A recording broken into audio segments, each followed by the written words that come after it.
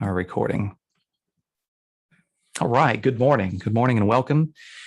This is the end of November 2021, and we are beginning the book of Romans, Paul's Epistle to the Romans, which is the largest letter that Paul has written, slightly longer than 1 Corinthians.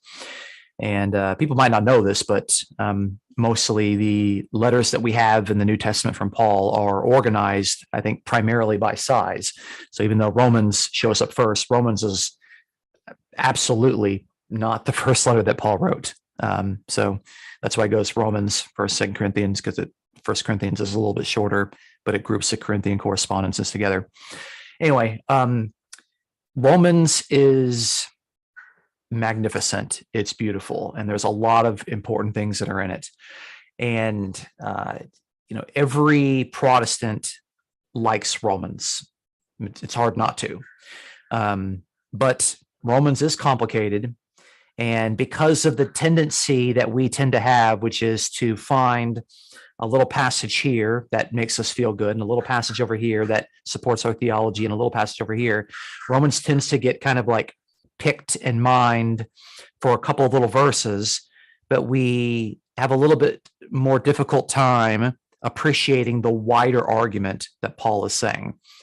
You would never appreciate a great movie by just watching a little clip here, a little clip here, a little clip here. No, you want to watch it from start to finish. So that's what we're going to do. We're going to go through Romans and slowly enough to where we can appreciate Paul's argument, but also make sense of it, because I think that there was a very significant situation that was going on in the Roman churches. And it's clear that it's not the church in Rome. When you read chapter 16, it's very clear in Romans that Paul is addressing a variety of house churches. We should start calling it the churches in Rome. That's important. That the situation that was going on there was something that Paul really needed to address. And you need to think about, why is it that the situation that was going on in Rome brought about the largest letter that Paul has ever written? That's something worth considering. So today we're going to introduce Paul's epistle to the Romans and talk about things that we need to kind of keep in mind as we approach this book, maybe set some foundation points, and even with a teaching here on introducing something, which I hope is not going to come across as too academic. I do actually have some practical application for us to consider at the end. So a lot of stuff that I'm going to be showing you is going to be new to you. So I encourage you to just kind of block out any kind of distractions, zero in your focus. And if you got questions, we'll be happy to answer them afterwards. And we'll keep those question and answers on the tape. All right, so let's get started.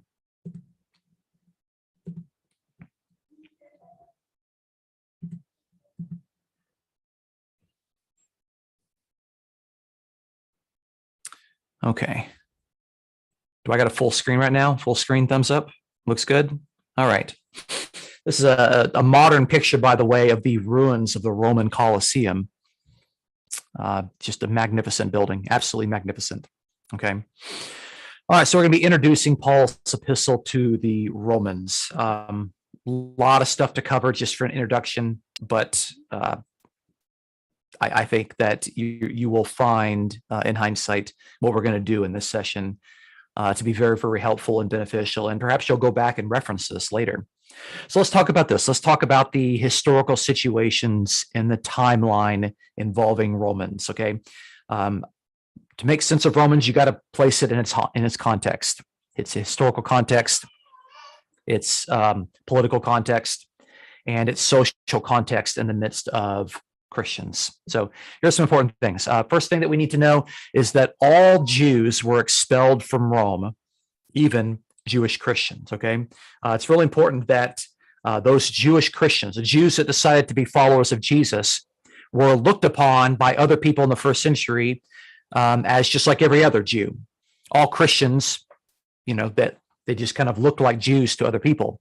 So we have some confirmation about the fact that Jews were were kicked out of Rome, both from within the Bible and outside of the Bible. So we learn about this in Acts 18, where it says, after these things, he, which is Paul, left Athens and went to Corinth, and he found a Jew named Aquila, a native of Pontus, having recently come from Italy with his wife Priscilla, because Claudius, that's the Roman emperor, Claudius had commanded all the Jews to leave Rome.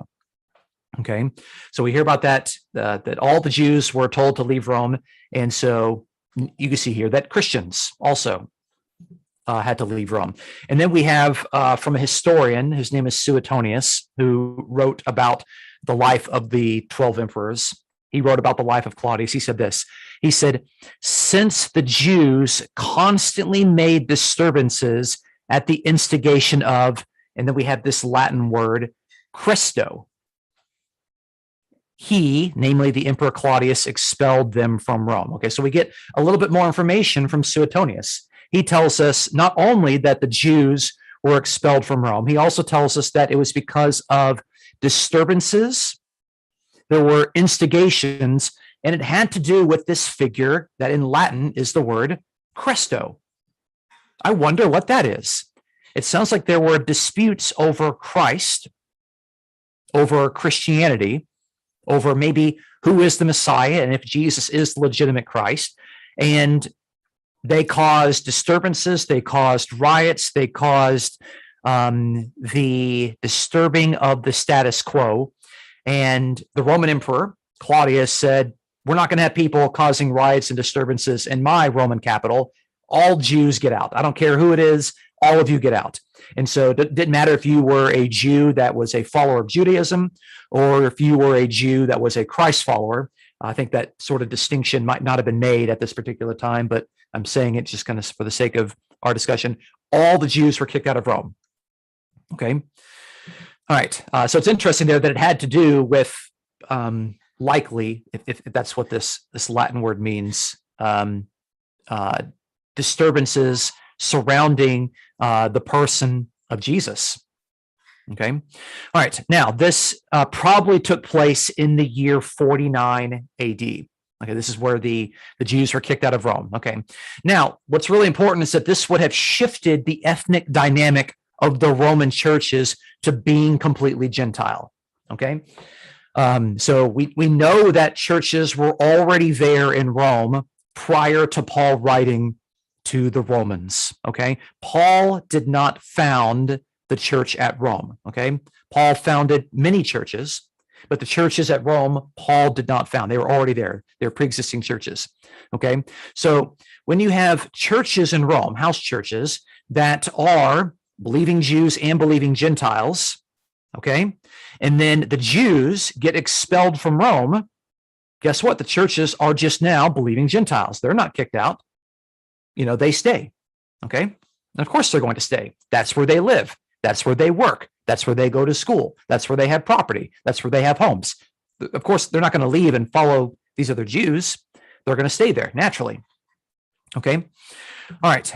Now, when Nero ascended to the role of emperor in the year 54, so that's 5 years later, okay, the edict of Claudius was rescinded. Okay, so that you know how this works. Whenever there's a new president, he gets rid of all the laws from the old president that he doesn't like. Okay, so whenever Nero ascends to the throne and becomes the emperor in 54, the edict of Claudius that had kicked the Jews out of Rome was rescinded. So naturally, the Jews are going to return. All right. So the Jews were allowed to return to Rome, regaining their homes, property, and businesses. Those Jews who were followers of Jesus would naturally return to their Roman churches, finding the local church practices to now be in routine with non-Jewish ways. I want you to think about this, okay? Prior to the Jews being kicked out, the churches in Rome would have believing Gentiles and believing Jews, okay? So they were just kind of more or less getting along in that way, okay? When the Jews get kicked out and you have Gentiles running the church for 5 years, naturally, they're not going to be focused on on issues of food laws or on keeping the Sabbath, or talking about circumcision or kosher, any of that kind of stuff there. The Gentile Christians are just doing it their own way. Okay. And so, and just think to yourself, even though 5 years is not a long time, I want you to think to yourself, how much have things changed even in our own fellowship in 5 years? What were the sort of things that we were believing and the things that we were doing in our fellowship 5 years ago that we aren't doing right now? And if someone from 5 years ago, showed up today, they would notice that there are some changes. They would notice that culturally things are a little bit different. Okay. So Paul probably wrote Romans not long after the Jews returned. So I'm going to guess probably a year after. So around 55. Okay. So it's the Jews coming back to Rome. Okay. And now being integrated in the church. And now we start to see certain hints within the book of Romans and the letter to the Romans that demonstrate that, there was not the sort of peaceful coexistence that we might hope for. That just wasn't necessarily taking place. We start to notice that the Gentiles actually are demonstrating a little bit of arrogance towards the Jews. Okay. Now, there are some reasons why this was taking place. Okay. And the reason why is that Rome, the location of Rome, was very anti-Semitic towards Jews. Okay. And it's really important for us to understand the attitude of Greco-Roman people, specifically those who lived in Rome or thought of Rome as kind of their capital or their homeland. The attitude that they had towards Jews was very, very negative. Okay. And if you don't think that had an impression, that culturally had an impression on Gentiles in the church, then you don't understand how local culture and society works. Okay. Especially when they have had the church to themselves for 5 years. Okay. So I want to take some time and I want to show people from the writings of various Greek and Latin writers in what they think about Jews. Okay. I don't think we've thought about this too much. What did the average educated Greek-speaking person or the average educated Latin-speaking person think about Jewish people in the first century? Okay. So I don't have to tell you. I could just show you from their own writings what they think. And this is important because this is going to show us why there was this uneasy coexistence once the Jews returned, and why Paul felt the need to write to the Romans. Okay. So some of these things are going to sound very harsh, but you're going to start to see how Jews were understood in their own culture. Okay. So again, this is not like in Palestine, there in Jerusalem and in Galilee. This is way out. This is in Rome. Okay. Okay. So let's talk about Roman attitudes towards Jews and Jewish practices. Tacitus is a major historian who has a lot to say about the Jewish people. This is the sort of things that he said. He said, the subject of this sentence is regarding armies who attacked the Jews in the Jewish war that led to the destruction of the Jewish temple. Those armies hated the Jews with all the hatred that is common among neighbors. Wow. He also said the Jews regard as profane all that we Romans hold sacred. On the other hand, they permit all that we abhor. Okay. So the Jews hate all the things that we do, and all the things that we hate, the Jews permit and tolerate. Okay.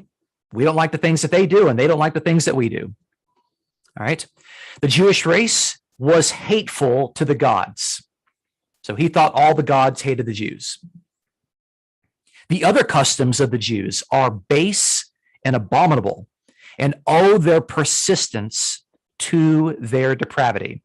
So he can acknowledge that the Jews have been around for a long time and that their practices, their rituals, and their customs have lasted a long time and actually show some evidence of actually growing in popularity in the culture. He says they're abominable and their persistence is based on their depravity. The Jews are always ready to show compassion, but towards every other people, they feel only hate and enmity. Okay, so the Jews, hey, they show compassion towards each other, but towards anyone who's non-Jewish, hate and enmity. The ways of the Jews are preposterous and ridiculous. And by ways, he means their laws, their customs, and their rituals.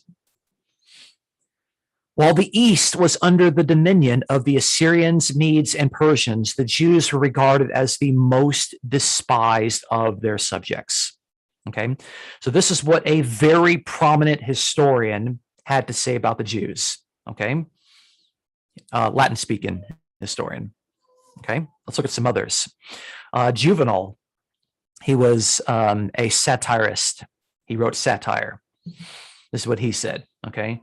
He said the Jews gave up every Sabbath day to laziness, keeping it apart from all concerns of life, okay? So he's aware that you can know who a Jew is by those who rest on the seventh day, but he didn't see it as resting.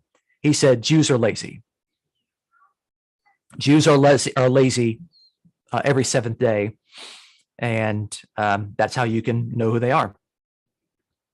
He talks about Judea is the land where a long-established clemency allows pigs to attain a ripe old age. You know what he means by that? It's because Jews don't eat pork. So he says pigs have the greatest life living in Judea because they're never going to die. They live to a ripe old age. Okay. So that's what he talks about Judea as that particular location.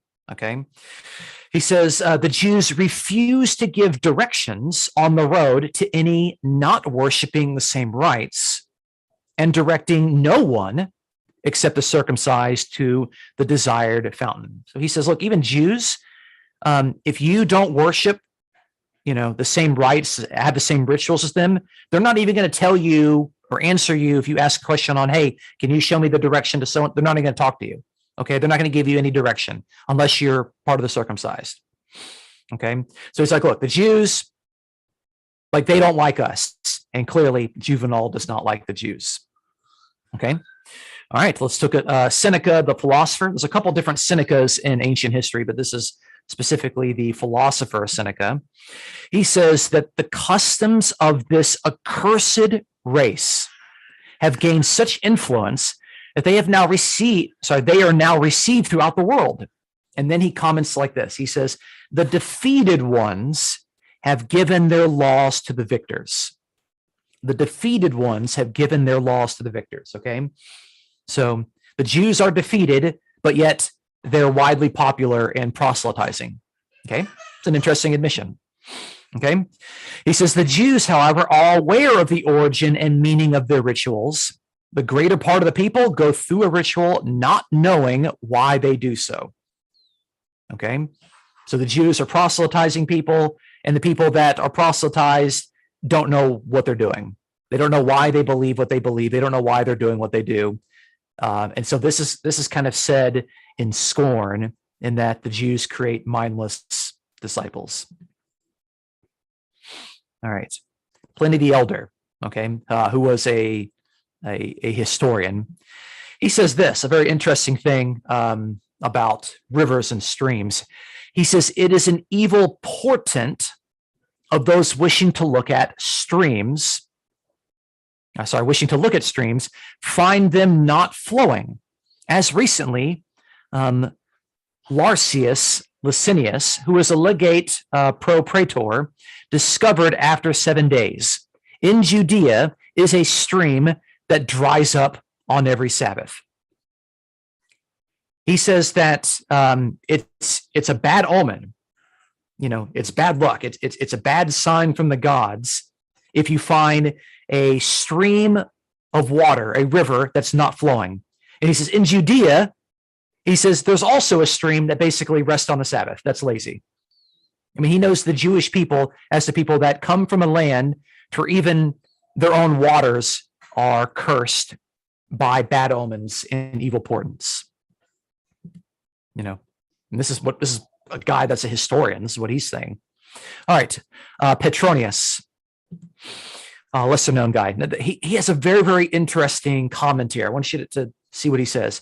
He's talking about a slave that he purchased. He says a certain slave has only two faults, and if he were rid of them, he would be simply perfect. What are his two faults? He is circumcised and he snores. For I do not mind his being cross-eyed. He has the look like Venus. So that is why he cannot keep silent and scarcely ever shuts his eyes. I bought him for 300 denarii. Okay, so he goes to buy a slave, and he says this slave would be absolutely perfect if he didn't snore and if he wasn't circumcised. Notice that being circumcised is something that removes you from perfection in the eyes of this Roman. Okay. Now, granted, he's writing that in his satire, but I do think he's talking about an actual slave that he purchased. Okay. He also says that the Jew might worship his pig god and appeal in the ears of high heaven, but unless, probably should say unless he also cuts back his foreskin with a knife, he shall go forth from his people and immigrate to Greek cities, and he must not tremble at the fast of Sabbath that are imposed by the law. Okay, I've wondered here why he understands the Jewish God as a pig god. Obviously, you wouldn't get that from any sort of images because Jews don't have images, but perhaps it's because the Jews don't eat pig, they don't eat pork. Maybe they revere that animal because supposedly that's their God. That's the understanding that he is bringing. That's probably why he's coming to that conclusion. But obviously it's not a neutral thing to say. But he does point out that, look, they're circumcised. And if you don't do this, then you have to leave and you have to go and live in Greek cities. And you have to honor the Sabbaths, and that's imposed by their law. So he's talking about what makes people look like Jews. Okay, they're circumcised, they worship a single God, and they obey the Sabbath. Okay, Apollonius Molon, whose writings we only have preserved by the things that Josephus says. So I'm not putting this in quotation because Josephus is telling us what this Apollonius guy said. So Josephus says that while he, Apollonius, sometimes reproaches us, and Josephus is a Jew, as atheists and man-haters, and sometimes hits us in the teeth with our want of courage, and yet sometimes, on the contrary, accuses us of too great boldness and madness in our conduct.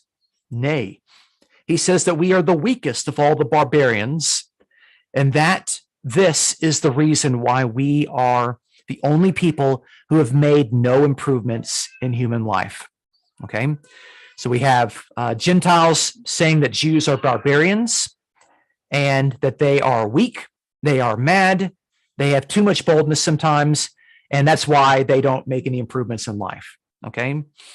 They also are accused of atheists because the Jews don't have any idols, so maybe they don't worship any gods. And of course, you see another comment here that they hate men. The Jews hate other people. All right.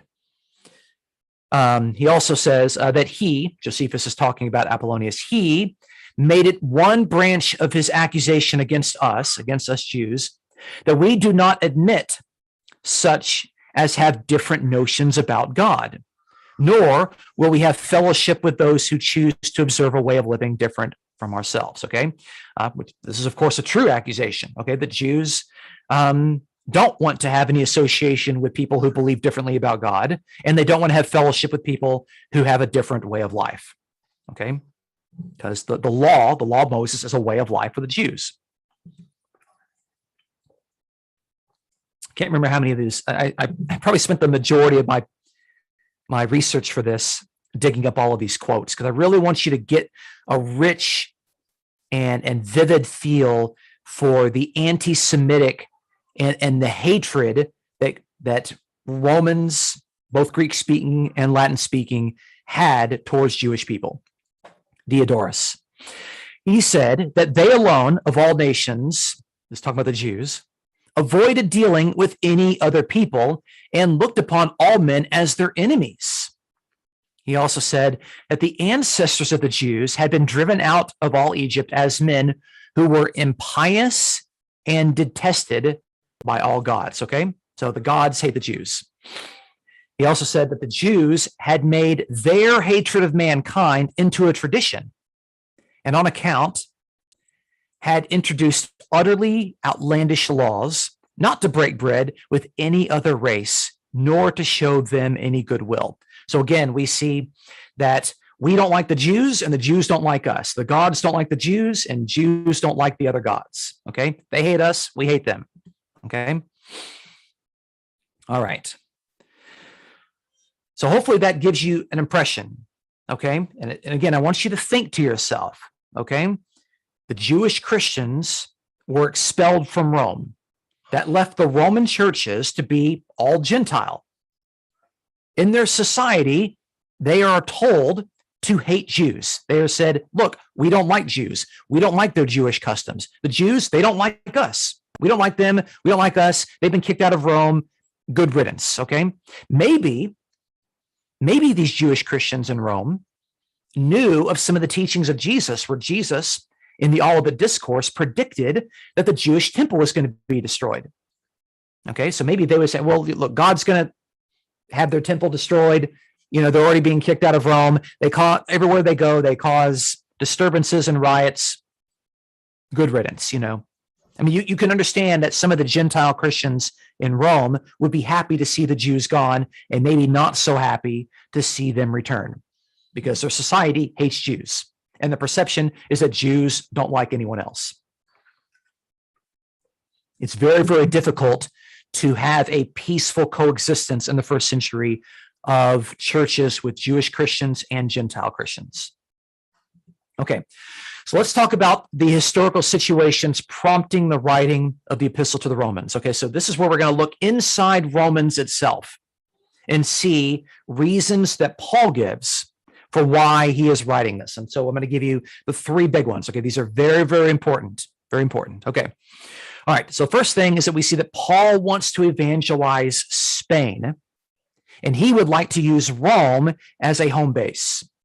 All right. So this is what Paul says in chapter 15, starting in verse 17. Paul says, "Therefore, in Christ Jesus, I have found reason for boasting in things pertaining to God, for I will not presume to speak of anything except what Christ has accomplished through me, resulting in the obedience of the Gentiles by word and deed, in the power of signs and wonders, in the power of the Spirit."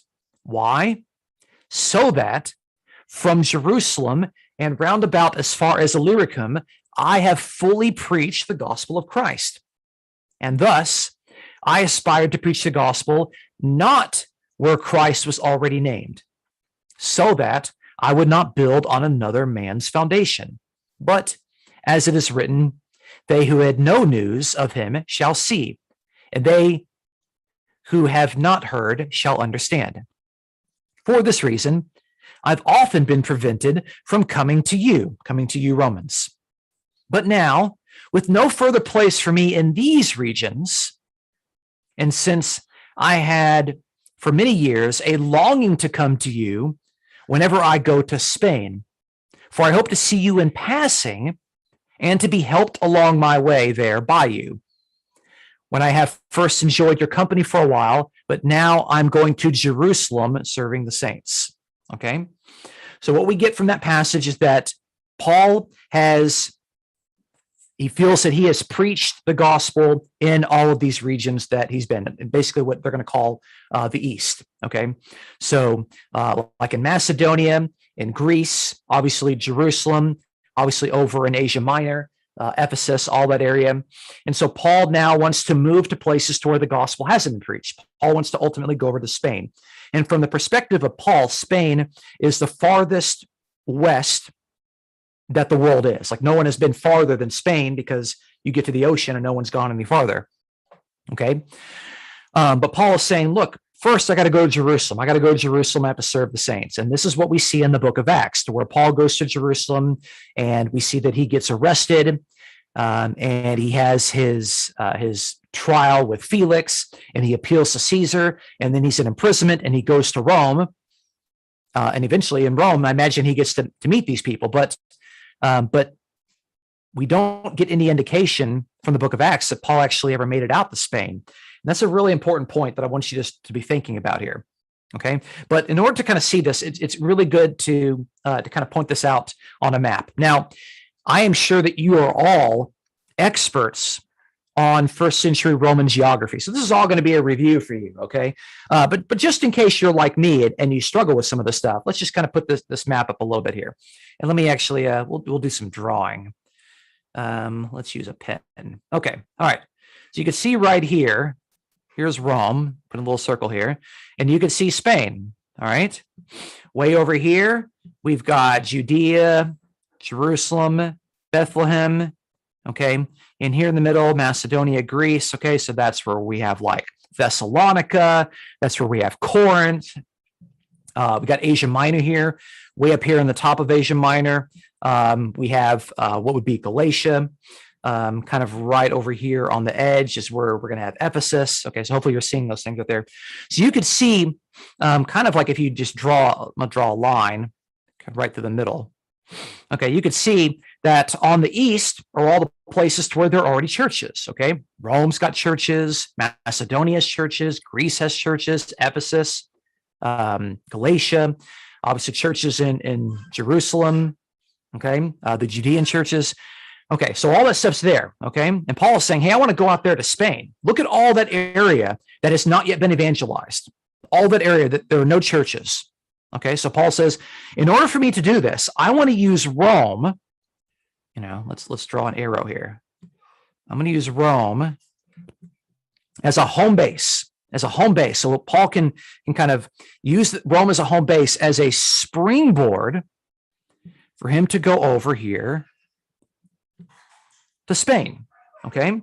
So what Paul says there in Romans 15, he's like, look, I want to go to you and I want to be helped along my way. You know what that means? It means I want you to donate to my missionary fund as I go and I evangelize. Okay. But Paul is being really careful about using the word money there, but obviously he has good intentions for that. But he's saying, look, before I can do that, before I can even come to Rome and use it as a springboard to go over to Spain, I have to go to Jerusalem because Paul has been collecting this fund for a long time, from the churches. You can read about this in Romans and in 1 Corinthians and in 2 Corinthians. You can read about it in Galatians, I think also in Philippians, where Paul talks about it. He's been going around collecting this money, this fund, because there's this famine in Jerusalem. Okay. And but the key thing is that we have no indication that Paul has ever made it to Spain. Okay, but you can see this is why one of the reasons why Paul is writing to the Romans is because he wants to use Rome as a springboard to do that. And to do that, he's got to introduce himself. They don't know him. They've never seen him. Paul didn't found the churches in Rome. Anyway, so it's kind of nice to kind of put that. And again, I'm sure all of you already knew all that stuff right there, but for me, I need to kind of see that. You're all very smart and intelligent. So that just kind of helps me get things situated. Okay, second reason from Romans. Paul needs to de-escalate local Gentile Christian arrogance regarding Jews, okay? Remember, we just saw all of this evidence to where Greek-speaking and Latin-speaking Romans hated Jews. They despised Jews. They were anti-Semitic. And it's clear, based on what we see in Romans, that many of the Gentiles in the church had a very negative attitude towards the Jews. And Paul needed to de-escalate that. Okay, you can understand that. So look at what he says here. This is actually a really powerful statement in chapter 11. So Paul says, but I'm speaking to you who are Gentiles. Okay, inasmuch then as I am an apostle to the Gentiles, I magnify my ministry, if somehow I might move to jealousy my fellow countrymen, that's the Jews, to save some of them.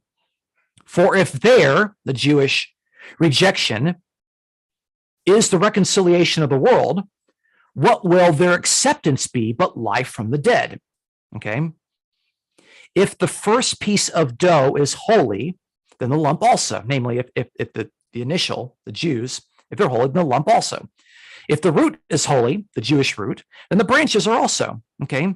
But if some of the branches were broken off, some of the Jewish branches were broken off, and you, Gentiles, being a wild olive, were grafted in among them and became partaker with them of the rich root of the olive tree. Do not be arrogant towards the branches. But if you are arrogant, remember that it is not you who supports the root, but the root supports you. You will say then, branches were broken off that I might be grafted in. And Paul agrees. Quite right.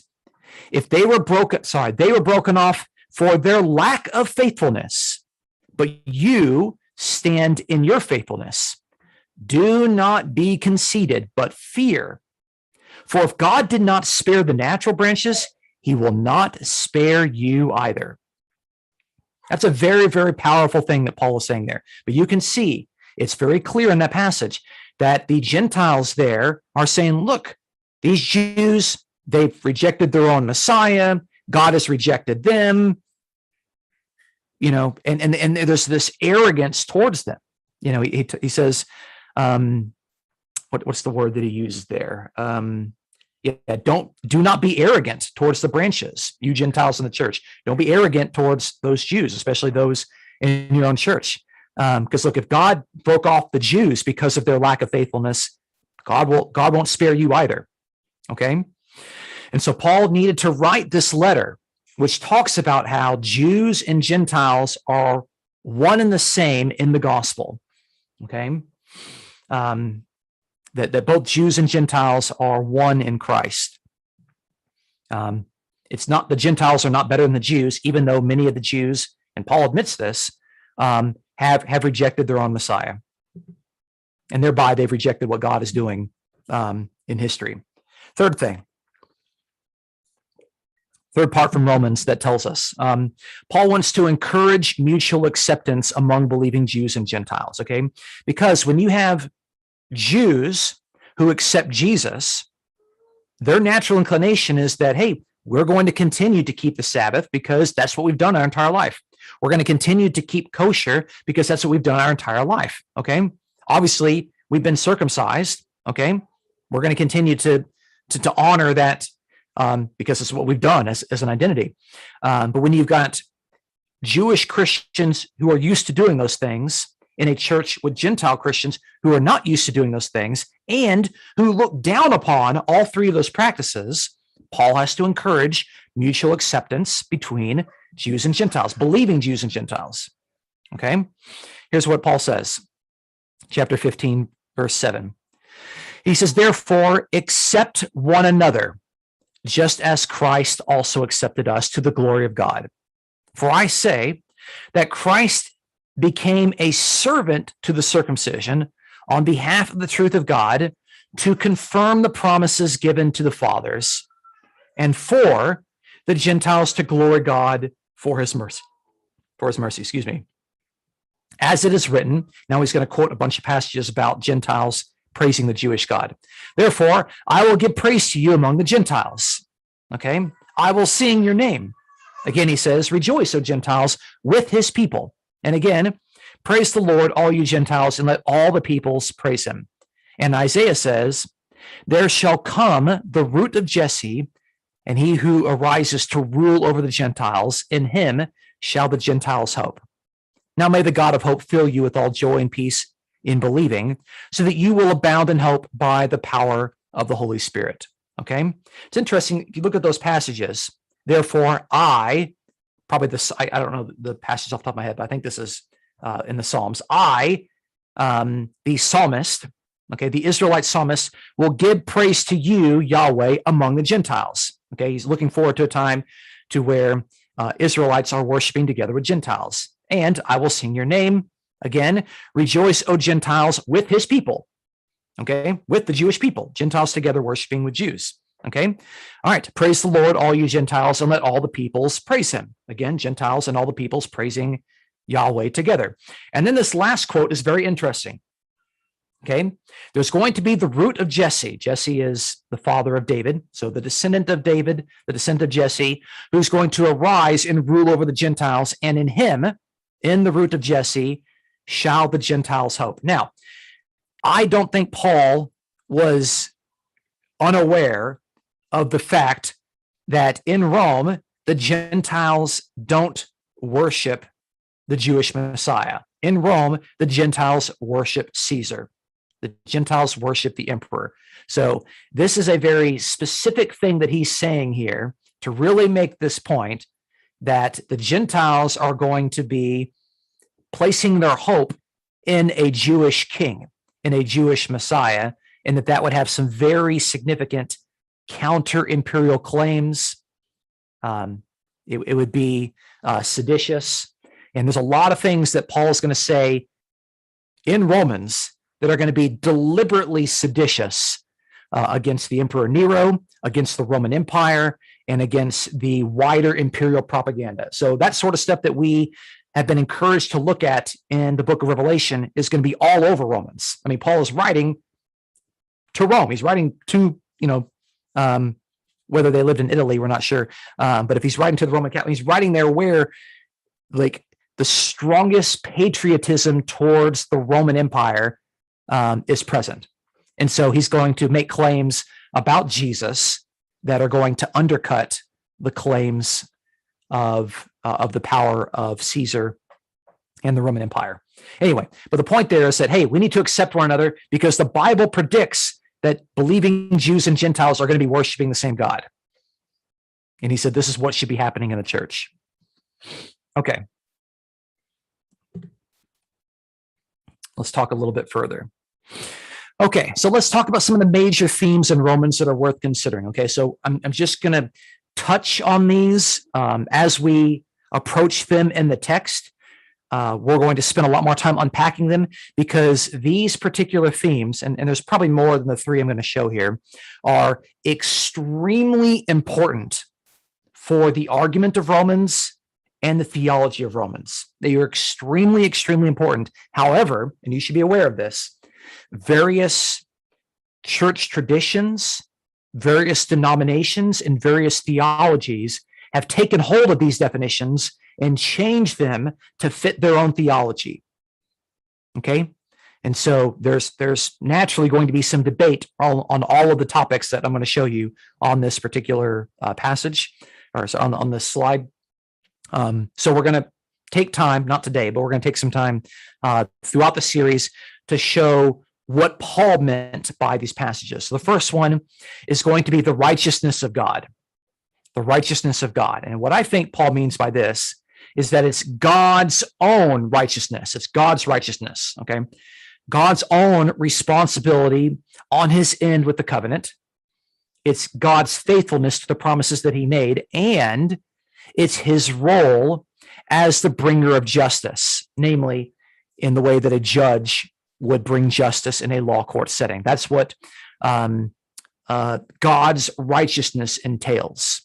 Okay, so when we see this phrase, the righteousness of God, which is going to be a major, major theme in Romans in ways that we haven't seen it in other letters, we're going to need to make sure that we understand what this means. The righteousness of God is not the righteousness that God gives to other people. It's God's own righteousness that belongs to him and describes him. Okay, I'm making that distinction very carefully. All right. Next one.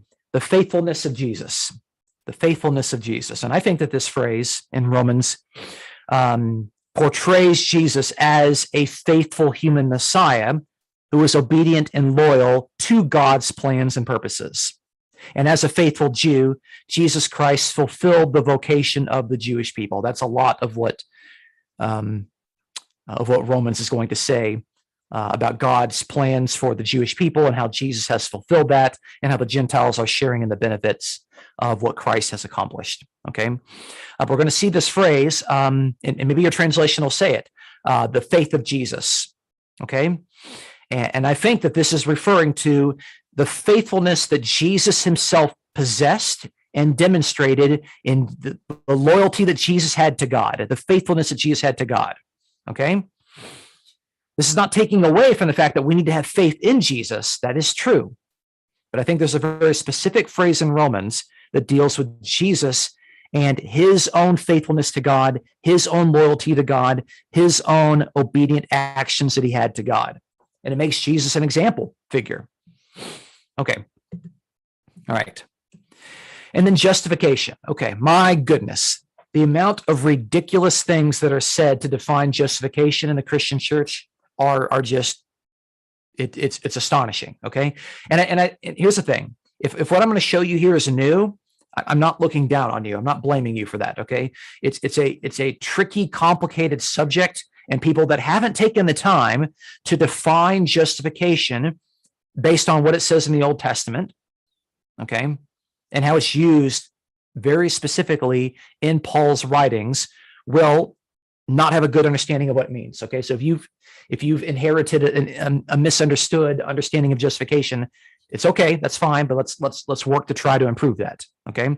So when it comes to justification, which is a major theme in Romans, I'm going to be very, very specific as to what it means. It means a lot, actually, as we're going to see here. So justification is the act of the judge, namely God, to declare that someone is right, okay? It's not making somebody right. It's declaring that someone is right, okay? You are innocent. You are in the right. You are not guilty, okay? Now, justification, and you think about this, justification is thereby linked with judgment. And we know that judgment is going to happen on the last day. Okay, we know that on the last day is the day of judgment. That's a common way, it's a common term to describe the last day, the day when the kingdom comes, when Jesus returns. It's called the day of judgment, okay? So since justification deals with God deciding and declaring whether someone is right or guilty, then justification naturally has to do with judgment. You need to make that connection in your mind. Justification has to deal with judgment, okay? Now, here's what's interesting. The justified verdict that is going to be issued on the last day has been brought forward into the present by declaring a repentant sinner as right in terms of God's covenant relationship, thereby making the new believer a member of the new covenant, okay? And what I mean by this is that we see that justification, namely judgment on the last day, is a future justification, like someone will be justified in the future. And yet Paul will also be able to talk about how the fact that we have been justified. Now, why is it that Paul can say that we have been justified already by becoming a Christian, being declared right in the terms of God's covenant, and that this is a judgment type word? And I think the reason for this is the thing that we've seen throughout the recent teachings, which is this already and not yet of the kingdom. Already and not yet, okay? In the future, God, is, as a judge, is going to set everything right. He's going to fix all the problems. The people that have been wronged, they're going to be vindicated. People that have died, they're going to be raised back to life. The people that are evil and guilty and sinful, they're going to be dealt with, okay? They're going to be declared guilty, okay? We, of course, hope that we're going to get on that day of judgment the declaration that we are right, that we are innocent, that we are God's people, okay? That future justification has been brought into the present when we become Christians, okay? We are declared right, we are declared justified, and we are now in terms, we're now in the covenant. We are now members of God's covenant relationship, okay? So it's a little complex. You can see there's a lot of things that are going on here, and we'll spend some more time talking about this as we go through the passages, and we'll show how this works in the Old Testament and how this works in Romans. And if you want to, by the way, you can go back and you can look at our series on Galatians, to where I talk about this because the theology that Paul has on this is already apparent in Galatians, but it's much, much more prevalent in Romans, okay? So look, I understand. Look at all three of these things. Righteousness of God, That's a big, complex, loaded term. Faithfulness of Jesus, that's an even debated term as to how it should be translated. And then justification, you could see it, even though I'm only putting 3 bullet points, there's a lot that's packed in there. I get it. I understand. You may still have questions. We'll get to those in time. Okay. We don't have to settle that today. Okay. But these are some things, some major themes that we should start to consider. All right. I think I got 3 more slides. Okay. Here's some tips for studying Romans seriously. Okay. These are some things that I would suggest you after having taught this now for, gosh, I don't know, maybe 20 years. Some things that will help you to get the most out of studying Romans. Okay. First thing that I think is the most important thing is that you have to stick to a modern literal translation. Okay. Preferably the NASB or the New Revised Standard Version. Okay. The NIV is god awful with Romans. It is so bad. It is not good because the translators, I'm just saying, just particularly for Romans, it is just really, really bad because it's going to take a lot of those terms and it's going to interpret them by a very specific Reformed tradition that doesn't actually make sense of what Paul is saying. You're going to get into like chapter 3, and you're not going to understand anything Paul is saying because they're trying to load in their own theology into the text. And the NIV has been deeply criticized by many scholars as not accurately portraying what the text is saying. And the King James, it's beautiful, but it's old. It's old, and it needs to be abandoned for serious Bible study. Trust me when I tell you this, from having taken a long time to translate this, the NASB and the New Revised Standard Version are, I think, the two of the most accurate translations when it comes to Romans. Okay, a lot of the problems of interpreting Romans come by translations that push their own theology into the text. Okay, so again, we'll talk about it when we get to some of the passages. But again, I'm just strongly going to encourage you, even if you don't typically use the NASB or the New Revised Standard Version, I would encourage you to use either of those when we're studying Romans. Of course, you can use whatever you want, okay? But you're going to run into some problems. All right. The second thing, really important, we need to allow Paul to make his own argument rather than making Paul say what we and our cherished traditions want him to say. I'm going to say that again. Allow Paul to make his own argument. Let Paul speak.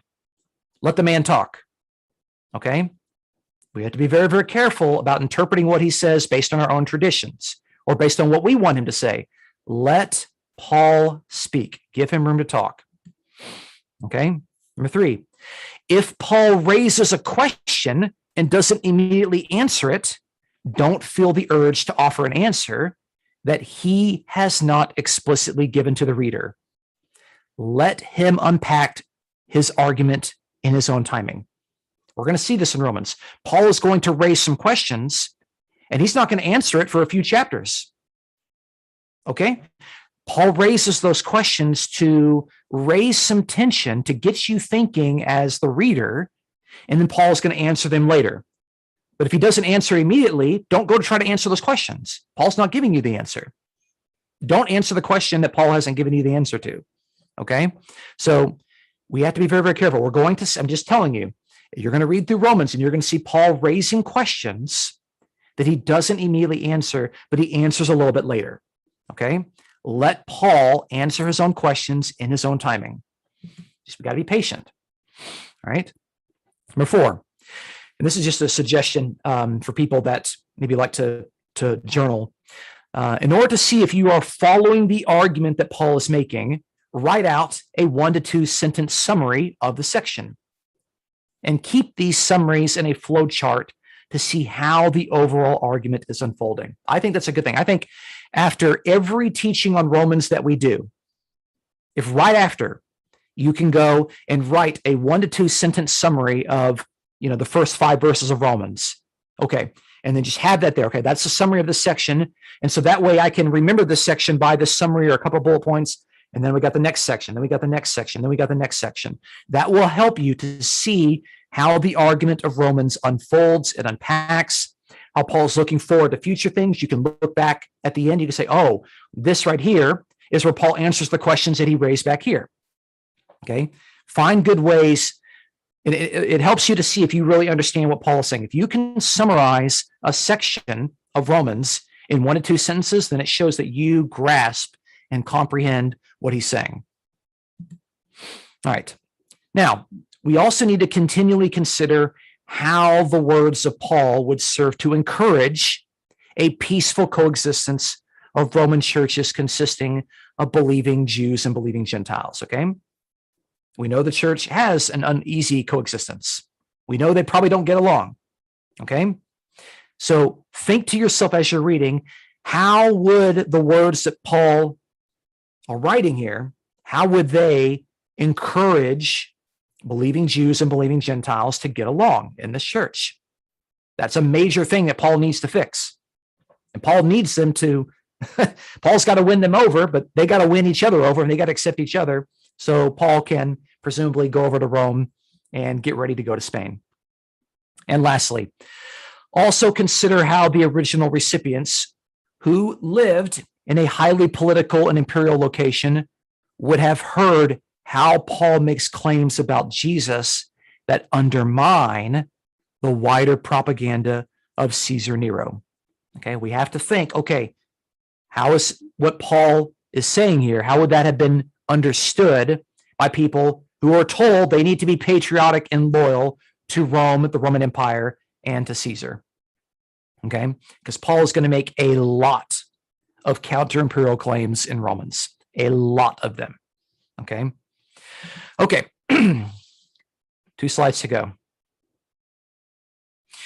Romans is as a somewhat extended Galatians, okay? And this is something that I think might help you to get into Romans, is to start with Galatians. So Paul's earlier letter to the Galatians dealt with many of the same themes that we encounter in Romans. In Galatia, the issue was that Jewish Christians were seen as superior to non-Jewish believers, forcing Paul to remind the readers that covenant membership is not based on doing works of the Jewish law, but rather on faithfulness. Now, Romans deals with the flipped problem. Now, believing Gentiles think that they are better than believing Jews. So you see how that's a flip problem? In Galatians, it's the Jewish Christians were thought that they were superior to the non-Jewish Christians, to the Gentile Christians. In Romans, it's the Gentile Christians who think that they're better than Jewish Christians. So you're going to see a similar argument to try to bring peace in Galatians and Romans. So when Paul speaks of those who gave to his missionary fund, the churches in Galatia are not mentioned. When Paul recounts who actually donated to him, the churches in Galatia are not mentioned. And this, combined with with these somewhat harsh statements that are made in Galatians, perhaps, just my guess, perhaps suggest that Paul didn't persuade the Galatians with his arguments. Paul wanted the Galatians to give to him. They didn't. Paul made some really harsh statements in Galatians. Paul says, look, those that want to get circumcised, I hope that the knife slips and you get castrated. That's, that might not be a very nice, gentle, Christ-like thing to say, you might think. Okay, I mean, Paul made some pretty harsh statements there in Galatians. All right, so therefore, we should not be surprised if Paul offers a similar argument in Romans to that which we observed in Galatians, while, and I underline this, taking more time to make his points and unpack his arguments. And this perhaps explains why Romans is 16 chapters long compared to the 6 chapters of Galatians. Paul might have rushed things in Galatians. He might not have been persuasive in his arguments. We do know for a fact that they didn't donate to him. Okay, so maybe Paul, when he's addressing a similar circumstance to where one group in the church thinks they're better than the other group, Paul needs more time. So instead of 6 chapters, he now has 16 chapters. So we're going to see similar themes that we've seen in Galatians, but Paul is going to spend more time. He's going to unpack them. He's going to be more detailed in his argumentation. Okay. He's not going to be as harsh in his tone. He's not going to say, like in Galatians 3:1, you foolish Galatians. He's not going to say that. He's going to be much more tactful in how he makes his argument. So the point is, a good way to get into Romans is to go back and to read Galatians first. Something to consider. And again, we have a whole teaching series on Galatians where I go through line by line and we talk about a lot of these points. Okay.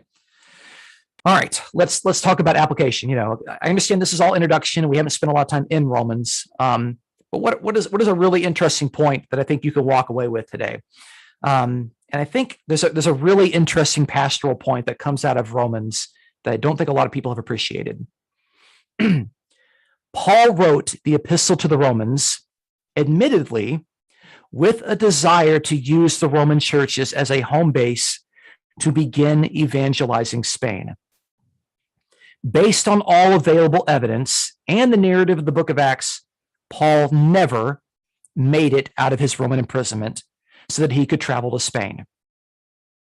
It is reasonable to conclude that if Paul had never desired to obey the Great Commission and preach the gospel of the kingdom to those in Spain, he would not have written the Epistle to the Romans. I'll say that again. It is reasonable to conclude that if Paul had never desired to obey the Great Commission and preach the gospel of the kingdom to those in Spain, he would not have written Romans. Sometimes our desires to do great things for God do not pan out as we expected. Since God was able to use the desire of Paul in order to produce the monumental literary boon for the service of the church, it goes to show that God can do the same for you and me. The growth and fruit that we produce in our obedient walk should not be overshadowed by where we want to go in life and what we want to do for God. We should be more mindful of the journey and the maturing we experience along the way, especially if things don't turn out how we planned. So I'm making the suggestion there that Paul wrote Romans, at least partially, because he wanted to go to Spain. Paul never made it to Spain, but that God-given desire in his heart to go evangelize to Spain, even though it never came to fruition, brought us the book of Romans. Things might not work out in our life the way that we want it to, okay? But we should not overlook what we have produced and how we've matured in our faithful walk with Christ along the way. Don't miss out on that, because even though Paul didn't go to Spain, we got the book of Romans out of it. That's a pretty big deal. Okay, that's all I have for an introduction. Hopefully that's enough to kind of to get you going. Let me stop sharing my screen and let's open some things up for questions, comments, and reflections.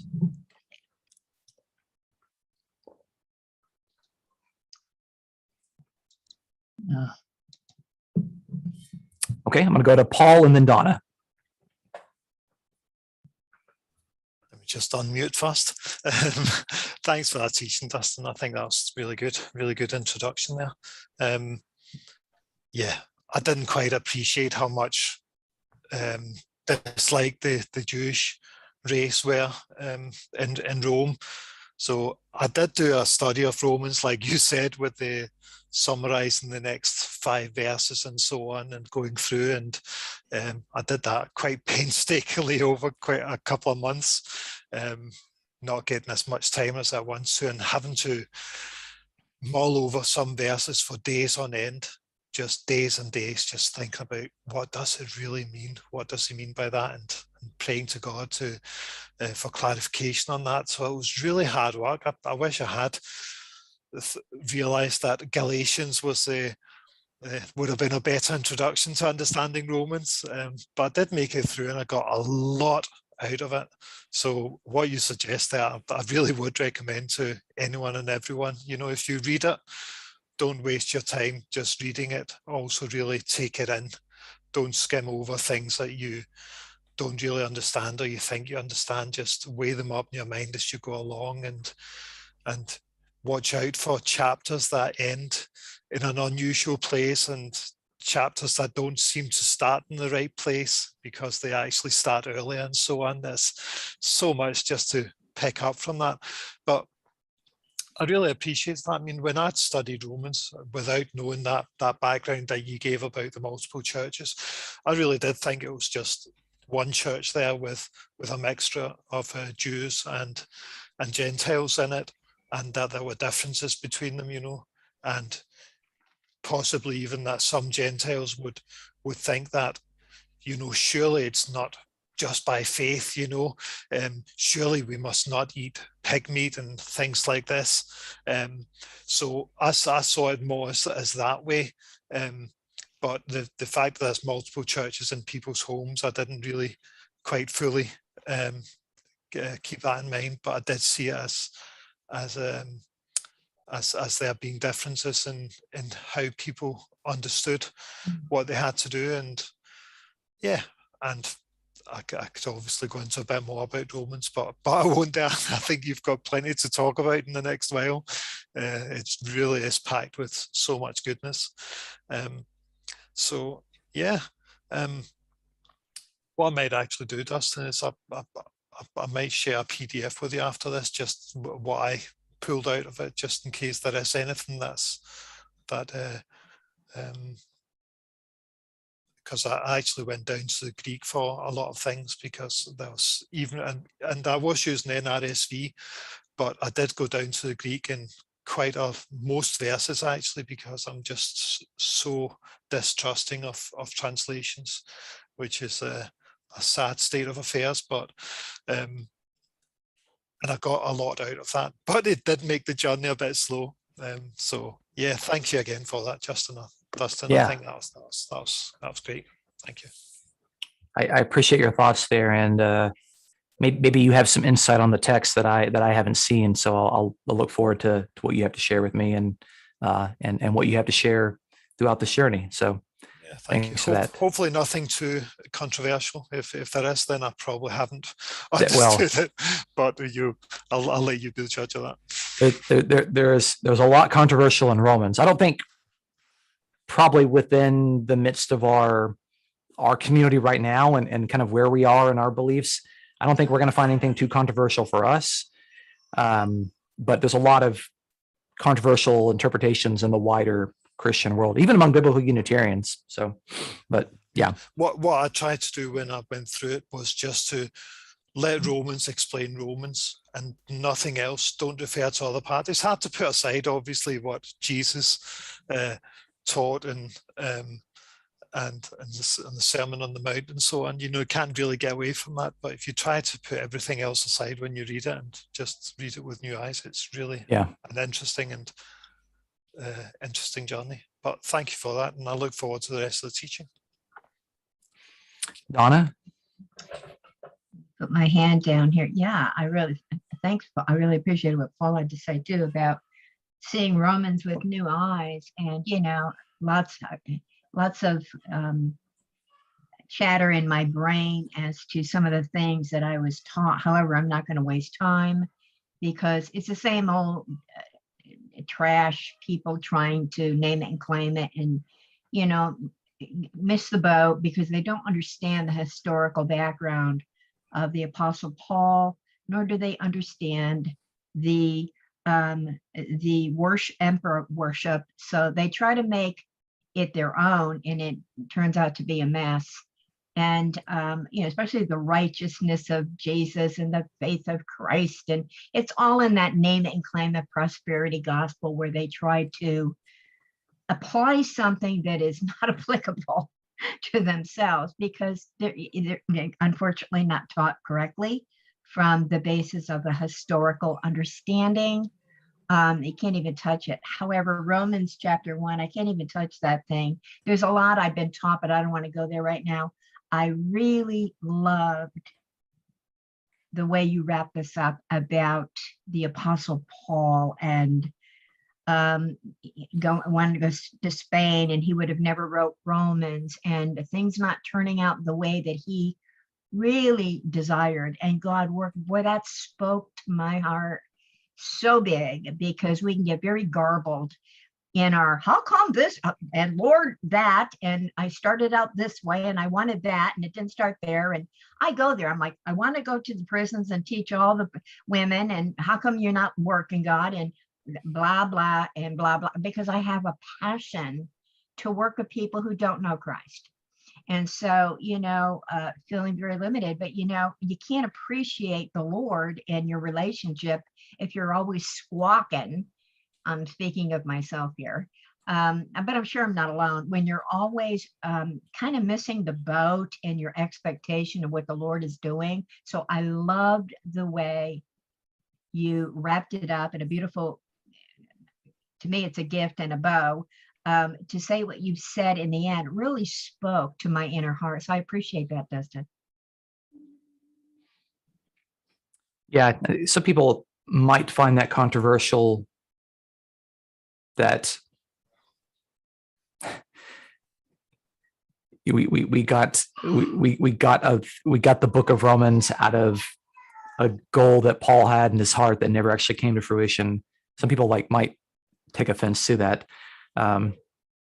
But I think that actually has a really, if it's true, I think that gives a God-inspired way of looking at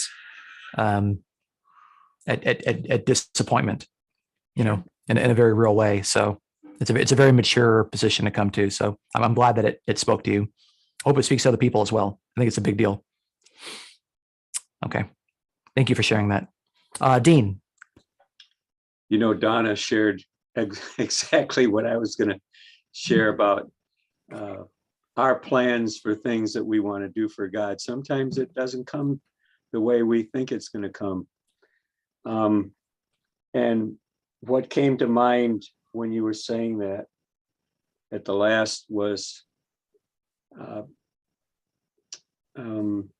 David wanting to build a temple for God. And God said, no, you can't do that. It was in David's heart to build that, but it's going to be for your son to do that. We often have plans that we want to do. I know I certainly have plans and things that I wanted to see come to pass, but I'm not God. I'm not the Lord Jesus Christ. They have to direct me. And we'll see how things work out, as God is going to look at our faithfulness, and it's his plans for doing, Paul was given the revelation that John was supposed to write, but Paul wasn't supposed to write that revelation. It was for John to write that. The other thing is, I'm thinking, did Paul mature more? This is a question. When he first wrote, I know Romans was one of the last books he wrote, last letters, but did he learn more? Obviously he was growing in understanding as he was walking with God in Christ, like everybody should be. Yeah. They don't know it all beginning. It's a gradual learning as we walk with the Lord and as we walk with our Father, and as we learn from each other. Did he learn more? Did he become more mature, more understanding about situations when he wrote about Romans? That's a question to you.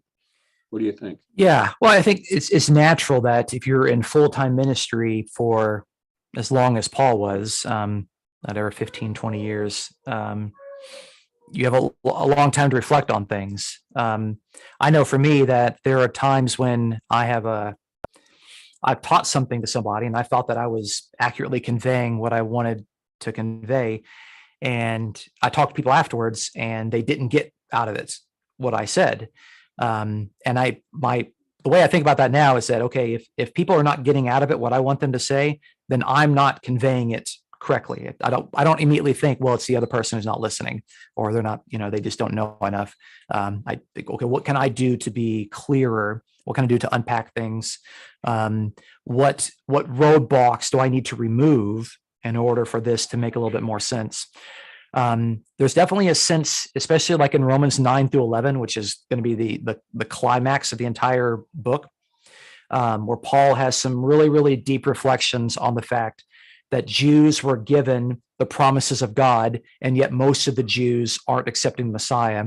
And that's a reflection that Paul has after a long ministry of preaching the Jews. He's not going to have, he's going to have that inclination very early on, because he knows that he himself was one of those persons. But that is something that Paul's going to give a much more deeper unpacking on in chapters 9, 10, and 11 to deal with it. You won't see in some of the early letters.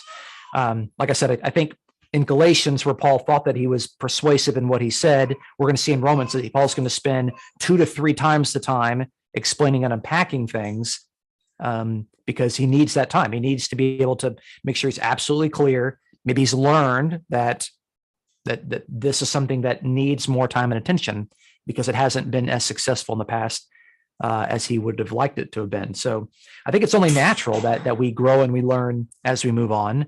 I don't think that there's not going to be any like new doctrines or anything in Romans that we don't already see. So that's just, I think it's one of those things that you might reflect on as we continue to go through Romans. Because you're going to see Paul saying things there that, okay, I recognize that from 1st and 2nd Corinthians. All those, by the way, came before Romans. I see that in 1st Thessalonians that came before Romans. I see that in Galatians that came before Romans. So really all the letters that we spend a lot of time on were before Romans. So Romans is going to be kind of a product of all of that thinking and reflection. Well, this is a book that I always wanted to understand. And my last question is, when are you going to teach on this next? Do you know? I have two slots in December. So one, I'll start off Romans, and then another teaching in December. I'm going to talk about the birth of Jesus, because you kind of talk about that in December. So okay, yeah. So I'll do one break, and then from then on out, it'll be nothing but Romans, unless I feel moved to do something else. So, all right, thanks. Yeah, please look forward to it. The Triggs are raising one single hand. Maybe there's 8 hands. I don't know. Maybe. Well, I wanted to also chime in and just say the same thing as everybody else on the regards to the application that you pulled out of things. I can affirm that because I actually had my own personal experience with that sort of thing happening in a short duration, where I felt very, very strongly about something that needed to happen and communicated that to another person, because they had to be involved in that taking place if it were going to happen. And then interestingly, it wasn't the thing that I thought needed to happen that ended up happening. It was something else that resulted that in hindsight needed to happen. And it was that sense of strong conviction that this other thing needed to happen, that chain reacted and triggered the thing that did happen, that in hindsight needed to happen. So that's nondescript, but you get the point that sometimes God obviously works in us in ways where we can feel very strongly that some sort of thing needs to be accomplished, but then it's in us taking action on that conviction that what he actually wants done happens. So it's really cool, and it's totally, I agree with that idea completely. And for that reason, I would probably posit that it is true.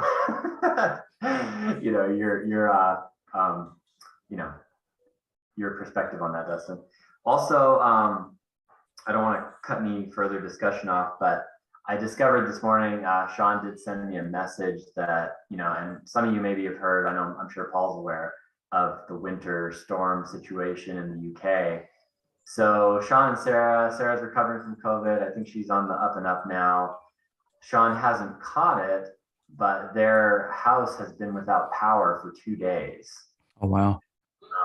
Because the weather is so bad there right now. And his symptoms actually get triggered when he gets cold too. So had no heat.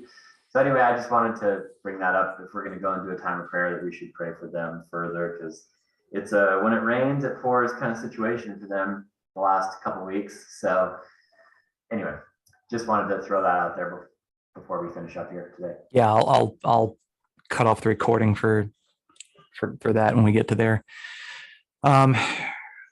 Okay. Donna, do you still have your hand raised, or is this a new question? Okay, all right. And make sure I didn't leave anything out of the chat.